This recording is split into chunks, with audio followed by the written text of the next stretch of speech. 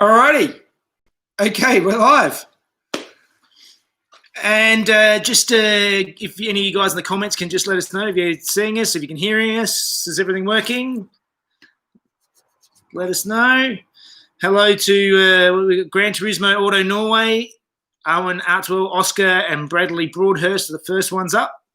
London Builds. Yes, it's working, Oscar. Thank you. Okay, that's great. Yeah, and thanks, Brady, sorry. Sweden. Okay, I'm glad we could actually do it at a time we could sort of try and get the get Europe this time. A little bit earlier for us, but yeah, that's good. And thanks, guys. Yes. So I'd just like to start by saying a huge thank you to all you guys watching who've sort of helped us get to this 100K mark. It doesn't mean a whole lot. It's more just a milestone, but just the fact that we've actually got there, I think I'm really just stoked. It means that we've actually sort of got a real channel now, I think, and it just it's a great thing to hit. Okay, it looks like we've got a few people on here now. So what we might do is we've wrote down a whole big list of questions that were given to us over Instagram and Facebook for this live stream. Okay, so shall I read them out? Bring it. All right, this one's from Obi, who likes working with his hands and learning new skills with zero experience. What advice for books, manuals, tools, etc.? Oh, sorry. Shoot. That's hay fever. For someone getting into, I think I remember that one. He was saying, like, yeah, zero experience. Don't have any particular experience in any automotive field. I don't have any formal qualifications. I just learnt along the way. My suggestion is YouTube is fantastic. You can look up anything on any given topic and find information on it.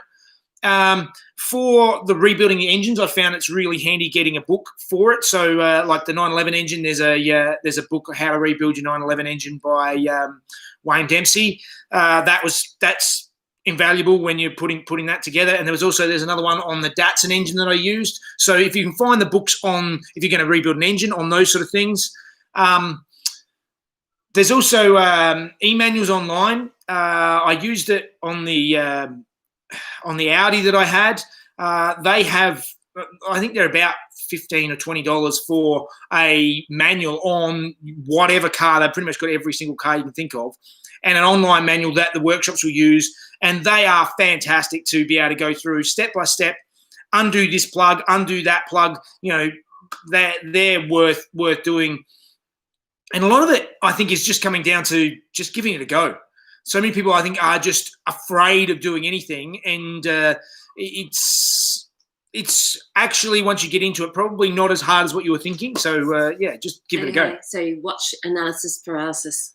Yes. Yeah, give it a go. Okay. Yeah. Vinny Rollo, when are you going to do a Sydney meetup? That's a good point. Yeah. At the moment, actually, the restrictions are getting easier here, but I haven't got any plans at this stage, but I do have to do something. I mean, hopefully sort of the next sort of decent event that we have, if World Time Attack goes ahead or any of those sort of things, that would be great. Yeah. But I don't have any sort of major meetup planned at this stage. So I'll have to keep you posted. Just keep watching. I've got nothing planned. All right. That banter bloke, where are you when you? Oh, where are you going to put your silver play button? I think I'm probably going to hang it just next to the back door of the house where I walk through to come into the garage, so I can sort of see it as I go through each day. I'm sort of, I'm excited to get it. Apparently, there's a bit of a process to getting it. They don't just send it out. They notify me, and I've got to do some stuff to get it. So 5 years in the coming, because some channels start up and they get there really, really fast. But I think we're very slow and steady.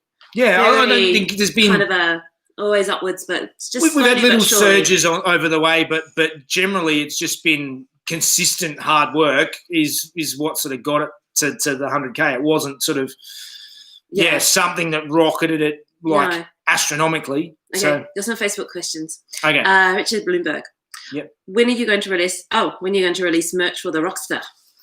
I don't. I'm really slack on the merch, but the thing is like we really don't do that much in the way of merch. Don't sell it. It seems to be sort of the way I've got it set up. It's by the time you get shipping and everything in there, it's sort of reasonably expensive. Even this stuff, I haven't actually released the Alferrari stuff because I don't want to angry any manufacturers or anything. So I don't want to get there. So I'm just not going to release this stuff. It's just not worth it. Cool. Okay, Nick Massey, what project would you do if money was no object? I think it's got to be a Lamborghini Countach. Like that was the car that I had on the poster on my wall of the bedroom growing up, and that's the dream.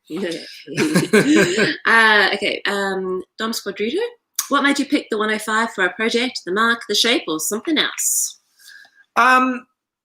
Yeah, not really the mark. I think it's more just I like sort of the sort of beautiful cars of that era, and that's definitely one of them. So that was really what did it. You know, that's why the Datsun 240Z I think is one of the best looking cars ever made.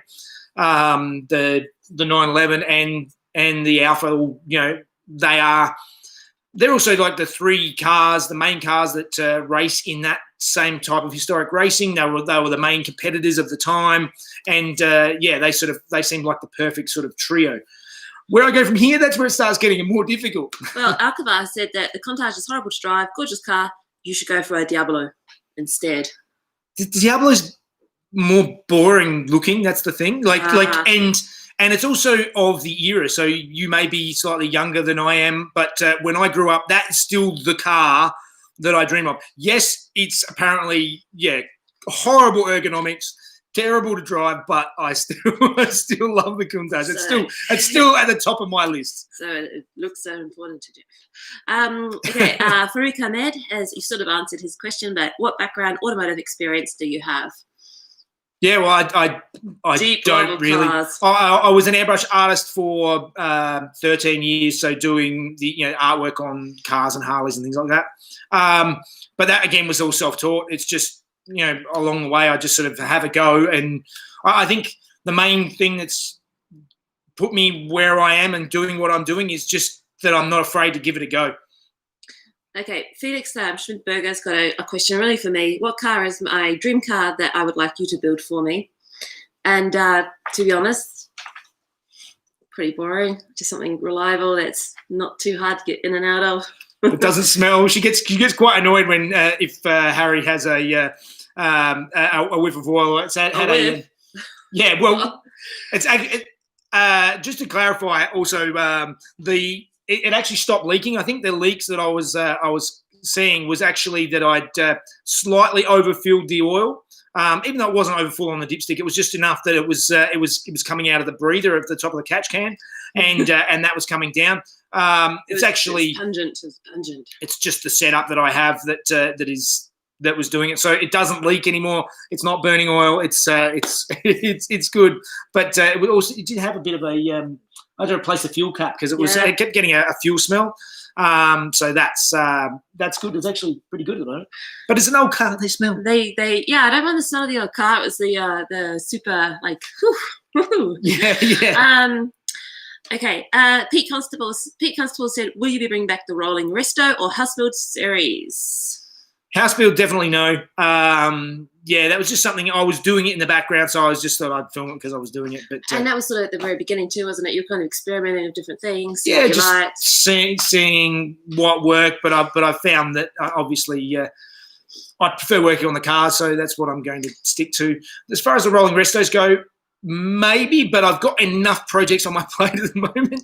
The Alpha's obviously sort of the ongoing one, and then I'm sort of rotating through the my collection of Porsches that I need to continue work. The Rockster's going to be a big one to start, which I'll hopefully be starting soon, and doing the engine swap in that and that sort of thing. So, Nelson Cortez has said, what about building a frame that surprise everyone with the body? Something like old Corvette, old Jaguar.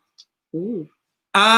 The problem with doing that here is you just can't get them registered for the road. Like, Australia's very stringent. It's very strict on the rules. So trying to register what they call them here an ICV, it's a independently constructed vehicle.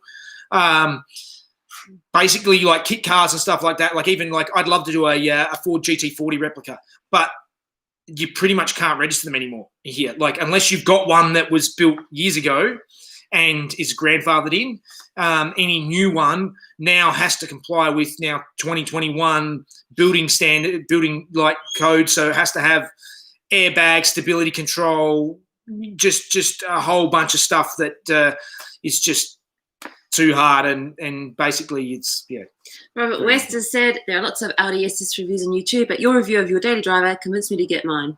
S5 reviews, yes. S5, sorry. Yes. Yeah. Very bright here. I was like, I love that car. I love that car. It was great. Car. Like, I still am nostalgic towards it. Yeah, it was much more comfortable and quieter on the freeway and stuff than Archie, but Archie's definitely much nimbler in the corners. Like you can definitely feel how much lighter the 911 is and how it's better in the twisties, but the S5 was just as quick or quicker in a straight line and a beautiful car. Yeah, very easy to drive. Carl Zornell, what paint system are you going to use on the Alpha? I'm using Concept Paints again. They're a channel sponsor, and it will be a 2-pack system that I'm using. So it's going to be a like sort of clear over base, same sort of thing that I did on the 911.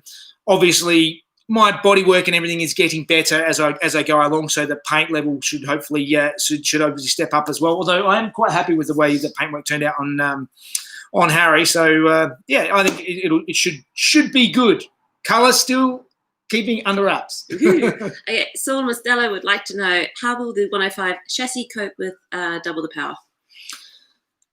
There is a lot of plans to extensively modify the shell of the car. So I will be going through and doing a lot of reinforcing. You might actually see the video coming out tonight of the the panhard rod, and I did quite a bit of reinforcing to get that to fit in the car.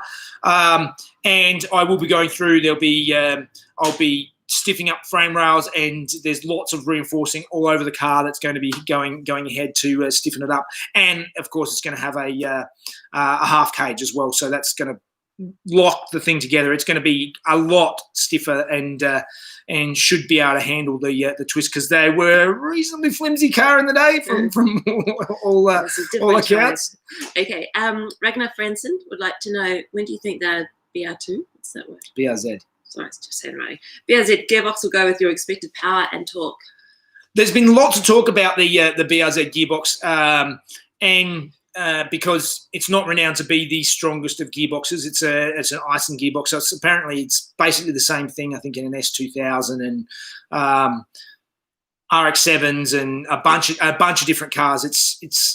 But the thing is it was small enough to be able to fit in the car without. If I try to put a T56 or something massive into it, it would take an enormous tunnel. I wouldn't have any room for seats. And wouldn't fit everything in there. As far as the torque goes, guys with BRZs have generally, it's probably up on that sort of point where they start to break, depending on how they're driven. But there's guys who've driven it with much more torque than what it is, drifting them and clutch kicking them and all sorts of stuff. I think it generally tends to be third and fourth gear that go, and generally with really sticky tyres and big turbos. And you also need to remember that the Ferrari engine doesn't actually it's not actually a high torque engine. It's a high revving engine, whereas turbo cars will kick the torque in quite low. I've heard a lot of them say that they break these gearboxes when they'll back off in gear and then hit the throttle again. So they sort of off and on, high boost, low revs, and it just smashes the gearbox. Whereas the Ferrari revs to 8,700 RPM, and it makes torque right up near the top of the rev range, and not a lot. So I think the gearbox will be fine. But if it does die, there are gear sets you can get and stuff like that to be able to reinforce it, which should be plenty for that car. So I'm still happy with the gearbox choice. Okay, Reese Jones got a couple of questions. First of all, when is Archie racing Harry? That is a good question, Reese. I should actually do that sometime soon. I just need to sort of work out a schedule for it, but I do need to sort of see how they go against each other, because I sort of think that Harry might have Archie beat, particularly at the bottom end of the rev range. Yeah, it'll be interesting to see how they go, because I reckon they're reasonably similarly matched in speed. Yeah, I guess it'll come down to the driver. And I know he's well. The issue with Harry, and I keep finding it all the time, is the 915 gearbox. If I try and change quickly first to second, it crunches. Like it crunches a lot. Like you really just have to take your time changing gears in the 915. You can't speed shift. It doesn't like it. You've got to, slowly. Okay, Reese's other question is, when is Harry getting a turbo? Never. There is no way I am putting a turbo on. Harry's engine is amazing. It sounds great. It's awesome. It doesn't need more power. Like I've got, the Alfa is going to have plenty of power, and the Rockster's going to be mental when I eventually get to the end of it. So I'll have cars that have power. Harry has like great power, even though the numbers only say 197 at the wheels.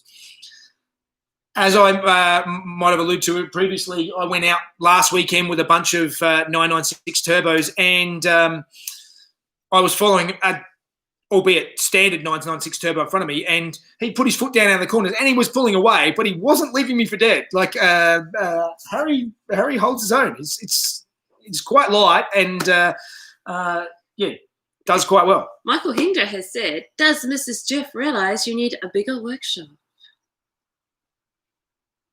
Next question from Dwayne Pinkerton.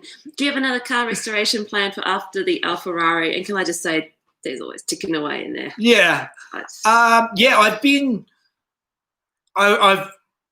going backwards and forwards on a lot of things. Last live stream we got into it a lot. And I've got a plan for something a little bit different for after the Alfa that I've been sort of looking into it and doing a bit of research. So we'll see where that actually leads. But I've still got plenty of time left to make my mind up, because the Alfa is not going to be done tomorrow. Okay, speaking of time, Karim Yasser has said, you always say that's all the time I have for today. How do you manage your time on the cars? That's a very good question. Yeah. Jeff's a very structured person. He has his routine. I am a creature of habit. The guys at work give me heaps all the time, because I like to do things when I do them, even though my day job, as many of you know, is I'm a firefighter. So that actually, because I work shift work, it gives me lots of time off, random time during the week. So, as generally Mrs. Jeff is working during the week, so on those days off, everybody's working. So I'm just in here in the garage. So I work sort of generally like a work day in the garage, sort of 9 to 5 sort of thing, and then on the days I have off. So I generally have at least 3 days off during like midweek, and that's the days I film. So generally I'll do 1 day on the on Harry or Archie or the Rockster or something like that, and then 2 days on the Alfa, and that's sort of how I try and swing it. And then it's trying to go through and order parts and make sure I'm sort of I'm planned ahead enough so that I know what I'm doing next week, even though I don't really know what I'm doing on the Alfa this week. Yeah. I'll work it out on the day. And you usually edit in the evenings, don't you? And then generally so I'll finish the work for the day, and then generally sort of like the end of the evening, put it on the Alfa. It's usually a Friday afternoon. I have crazy, I'm such a party animal on Friday nights. I'll go in and sort of and have an afternoon coffee and sort of research and write up the Mrs. Jeff segment. We'll go and film it, and then I'll go and edit for a couple of hours and generally post the video up. So that's why it generally goes up for patrons Friday nights, Sydney time, and then Saturday nights for going live. Doug Castle has said, are you open to offers on Harry? Never. No, Harry's staying. Maybe. Harry's staying. I'm right, we're not collecting cars. No, just that one. The others may come and go, but Harry is definitely going to stay. I'm just, yeah. It's the first one. It's really my favourite, and it's staying. Unless, yeah, I can't see it being changed. I could possibly build. There's things I would do differently if I did Harry again. Like I didn't.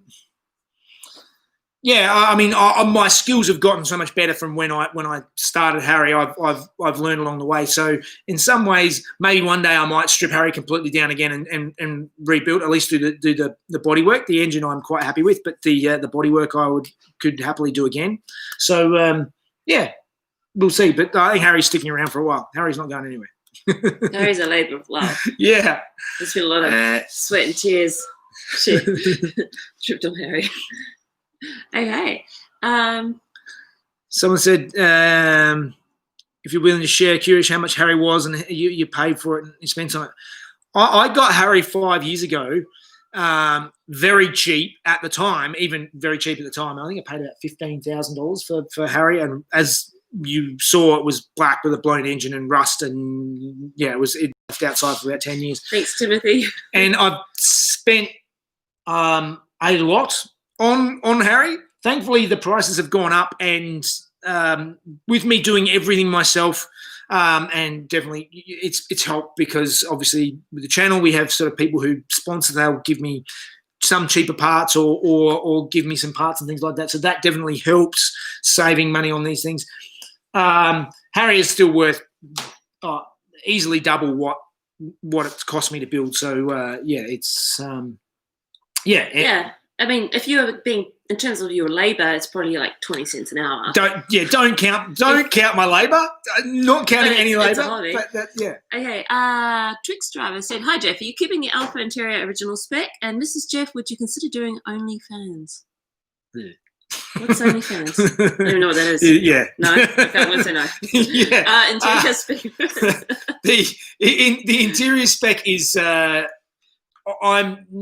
it's not going to be completely standard. It's going to resemble close to the original, but I'm going to sort of resto mod it, make it, just sort of tidy it up, crisp it up. It should hopefully be quite a nice interior in there. I want it to be a nice place to be. Similar to Harry in some ways, I want to do full sound deadening and things like that. I find it's very easy. Sorry, it's sitting in the sun with the. I get hay fever. I've got the garage door like really sort of halfway down like, behind us because the garage faces east. Right. So the morning sun is pouring in the garage. Okay, Paul Bassett, this is a good question. Mrs. Jeff, how is Jeff when things don't go according to plan? LOL. Jeff is a super even-tempered person. So he's like takes a lot of stuff in his stride, and if something doesn't go according to plan, he just works through it. Like some things are frustrating. I know pulling Archie apart the first time and doing the IMS bearing when it didn't do the IMS bearing was quite stressful. Like that annoys me. But generally, like if it really gets something's really not working, generally I can just take a break and come back to it later. Yeah, and like Toronto Andy has said, like when you hit a roadblock, how do you keep your motivation going? And I think that's you just plow on. You just plug away.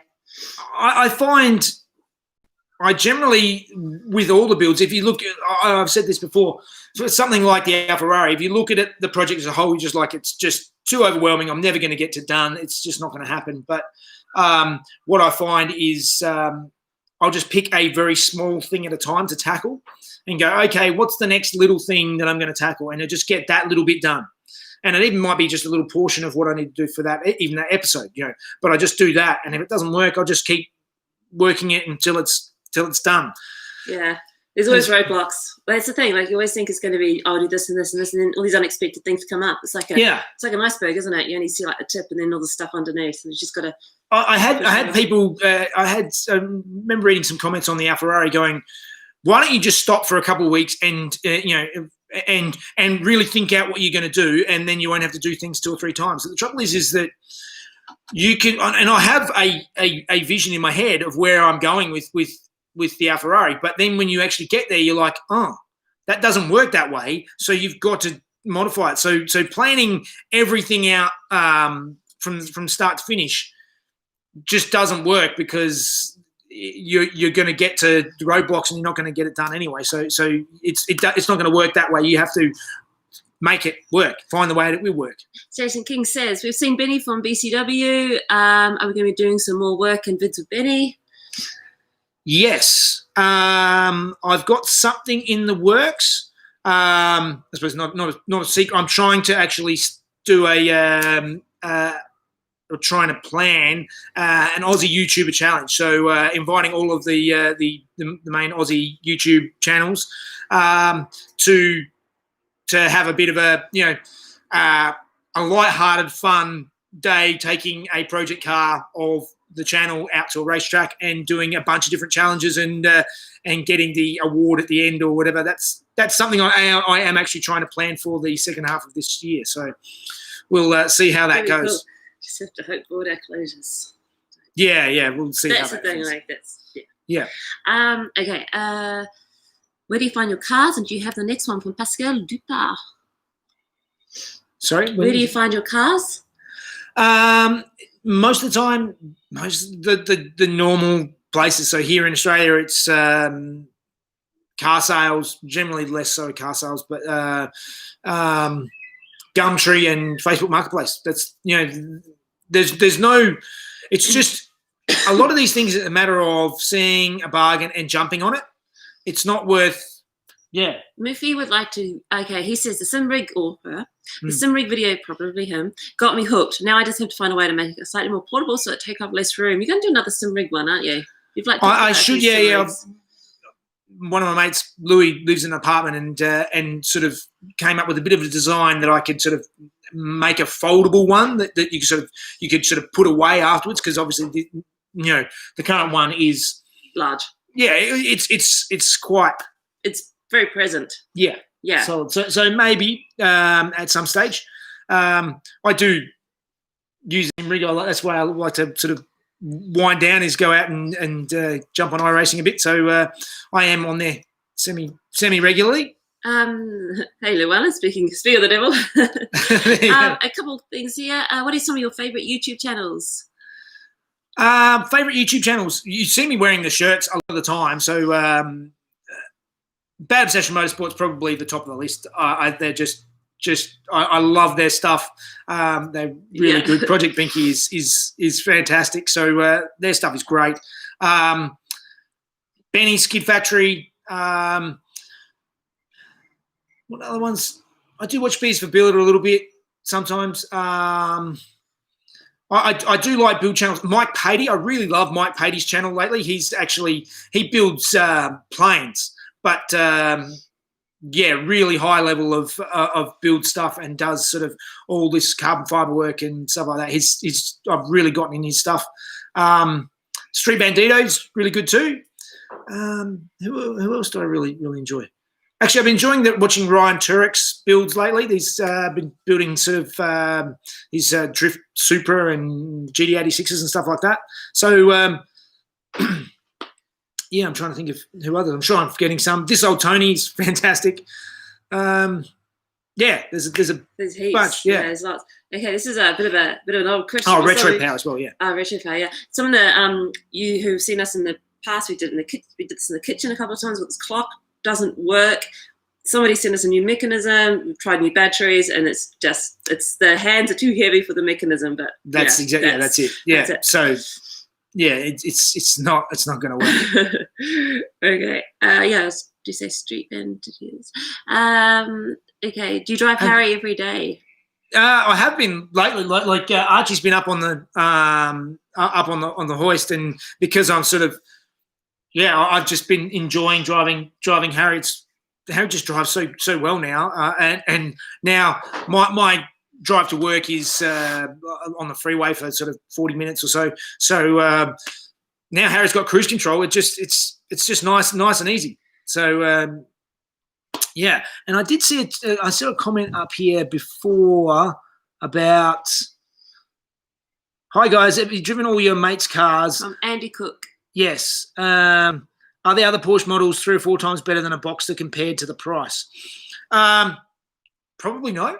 The Boxsters are actually like a really great car. They're arguably pretty ugly, and which is what's held them back. People don't like the headlights and all that sort of stuff, but they actually drive great.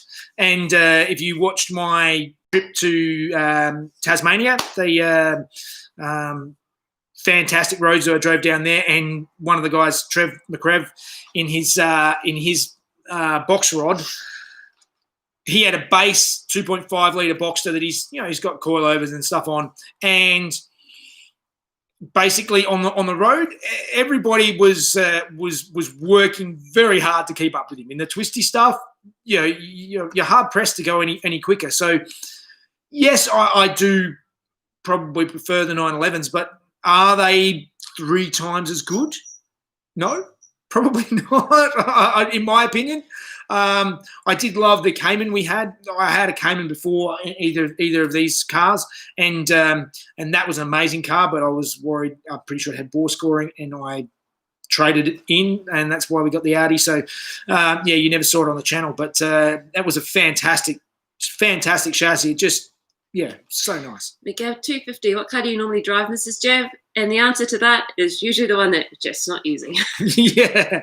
I don't really mind what I drive, so I'll just take whatever's left. We don't have his and hers cars, but most of the time she drives. We've got an old, quite old now, Mercedes SUV. That's sort of my tow car and that sort of stuff, and that's what you end up driving most of the time. Okay. Would you consider doing a British car as a project from Jeff Blake? Yes, I've. My parents are all into MGs, but I've just never really loved MGs. And they have a whole bunch of them. And Timothy Finlay, yes, we do miss the SS. S5. S5, oh my gosh. What's wrong with me? It's like bloopers all over again. I would love to do a Mini at some stage. Just it's with Project Binky out there, it's hard to sort of compete with that. But I really do love the Minis, and I'm definitely keen on doing that. I like I really like a Lotus Esprit. Might be something I'd do at some stage as well. So there's definitely English cars that I'd love to do an E-Type Jag. The prices are just astronomical. So yes, I definitely do like English cars. There are cars on there, but I think I'll leave the MGs to my parents. They're as I said, they've got TD, an MGB, and they've just got a TA, I think. So they like the old MGs.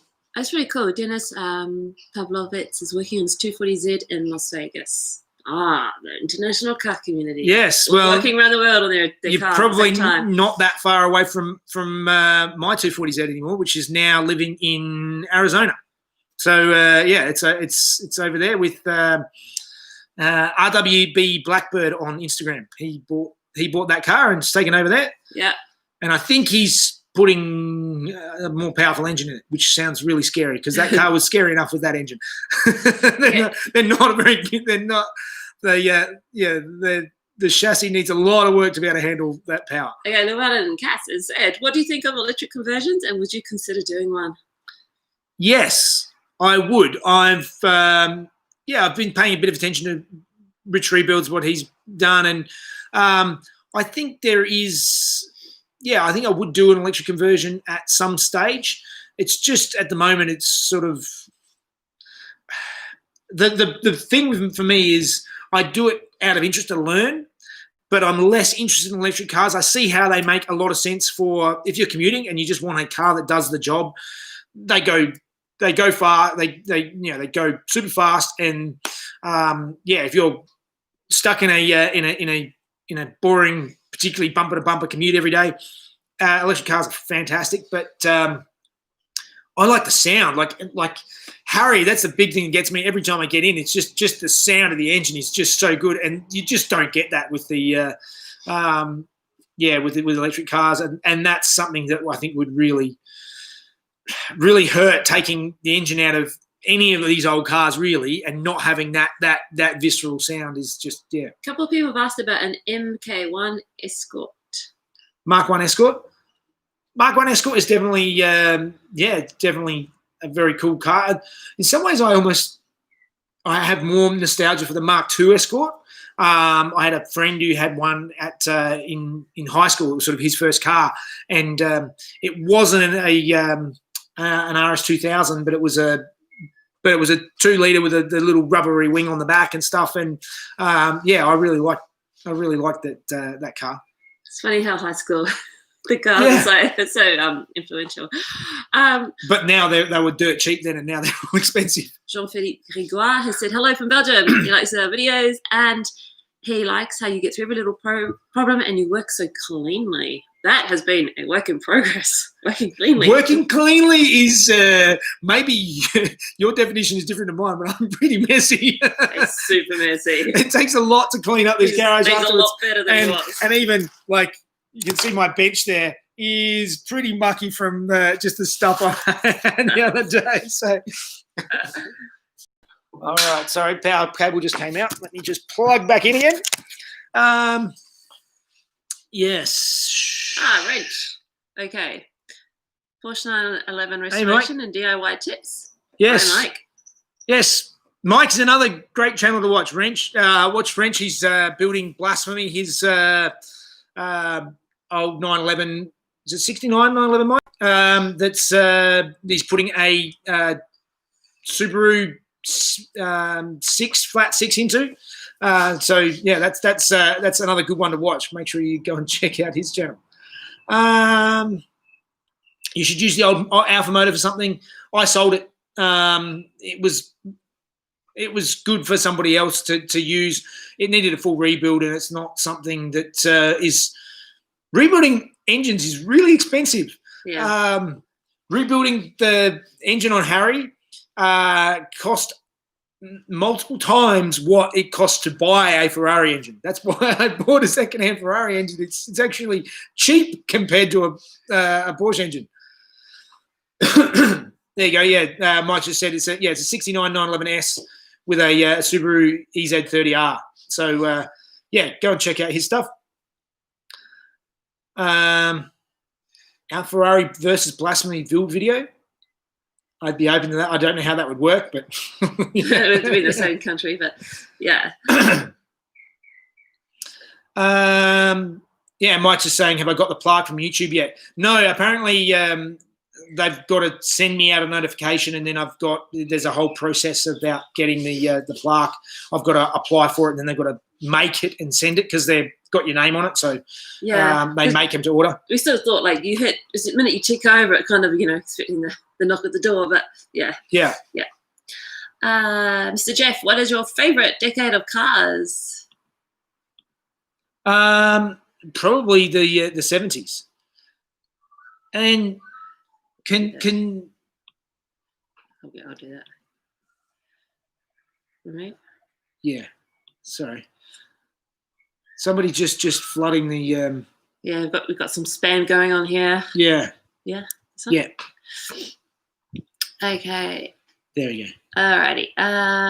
Yeah, that's good. How do I get my hair so shiny? Asking for your wife. How do you get your hair shiny? How do I get my hair? Not you. Yeah. I have hair. I have that's all. I still have hair, which is probably a bonus compared to most of my colleagues who don't. I just wash it and brush it. Got a lot of hair. What are your thoughts on the Pontiac Fiero? We don't get them in Australia. Like we never got them. So I've seen one or two here. Somebody for some reasons imported them at some stage. From what I know, they're just a American-built mid-engine platform that they used to make a whole bunch of kit cars on because they were relatively cheap little thing that they could build. But yeah, they don't really. They're not a thing here. They don't exist here really. We don't have a lot of those old American cars. Probably time for the last few questions. Yeah, let's see what else we got. He's building someone's building a TGTE Holden Gemini. I did actually. Oh, Holden Gemini. That was my first car. Yeah, I did really love the early Geminis, and I almost bought one as my first car that I bought, but ended up my budget got better, and I bought a VK Commodore instead, so the big version of the thing. So, thoughts of putting a Maserati V8 connect to a manual transmission in a Volvo 240? Yeah. There's actually, I'm trying to think of the channel. There is actually a channel where he's putting a Lamborghini V10 into a Volvo 240 wagon, which looks looks like a pretty crazy build. The Maserati V8 is actually like quite a reasonable option these days, because they're actually relatively affordable engines. They're not actually that expensive. Compared to the Ferrari engine, which is a lot of people call them the Maserati engine a Ferrari engine because it's a similar architecture to this one.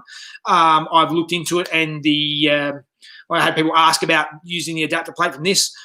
The case is completely different. There's no adapter plate. There's nothing relevant on that engine to this. They don't rev as high. They're not the same engine as this. They're just similar, built in the same factory, and but yeah, I think they're sort of a bit of a detuned version of the Ferrari engine. How long does it take you to edit a video usually? The 911 videos on a 5 minute or not. Yes, it adds a lot. Adding the Mrs. Jeff stuff, because I have to sort of research and get all the facts together, and then when I go through and edit it, I can't sort of skip through as much because I want to try and find all the bloopers. So I have to watch that whole thing again and then take them out. So the Alfa videos usually take me about 2 hours, and the 911 videos an hour or so, probably. Usually I've only done 1 day work on the 911 videos, whereas 2 days work. So hour to 2 hours for most videos. The hard ones are the road trip videos and stuff like that, where I've got multiple camera angles, or car review type videos. So much work editing because 3 or 4, a couple of GoPros and then the freestanding camera, and so mixing it all together and cutting and pasting it. There's so much work. So there's a lot. So you've gotten a lot better though, a lot quicker. Yes. Okay, Andrew Dixon likes to know: are you going to keep the Rockstar black, or are you going to repaint it? For the time being, it's going to stay black just for ease of touching it. I still don't know. I would like to paint it, and I was hoping I'd get a car that I could actually just lightly sand on the outside, just basically sand and just do an external only respray. The trouble is that it's got so many stickers and stuff under the paint that getting them off is going to be an absolute pain in the butt. So we'll see. I probably will paint it. I would like to paint it, but to start with, it's going to be staying black and just getting it more track ready again. Get another engine in it and stuff. So someone said, Ferg, GWSA, I always thought Mrs. Jeff did the research. Actually, I did the beginning, but Jeff decided he didn't like my facts. And did you do it? Yeah, I totally did. Okay. I would like to know, what kind of car would you most like to experience or do a review on? My mind goes straight back to the Countach again, because again, that's my sort of dream car. The modern cars don't interest me as much, really. They're just so capable and so fast. And I've got some friends with some very crazy modern cars, and I actually do have a mate who's got a Countach. So Ryan, if you want to let me drive it, I'll happily take it for a run. So maybe last question. Yeah. Let's do that.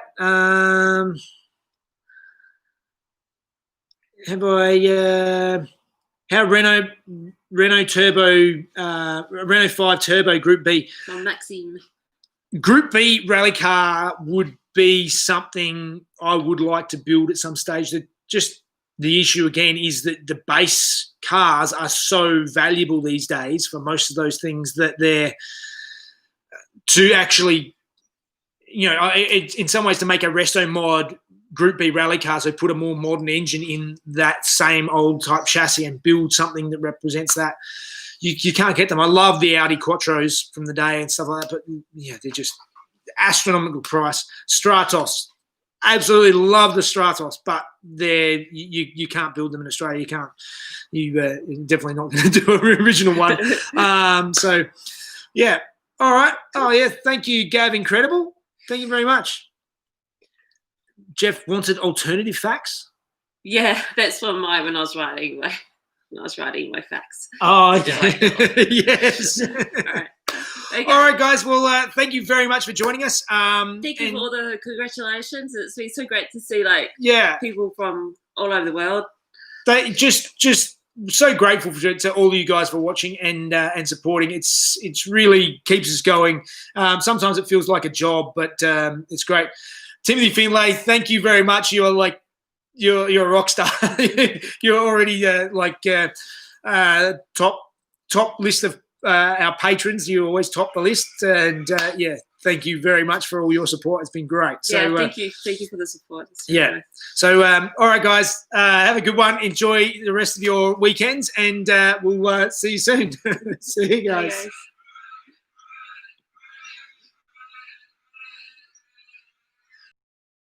Oh, just wait a sec. There's a little bit more money coming with it.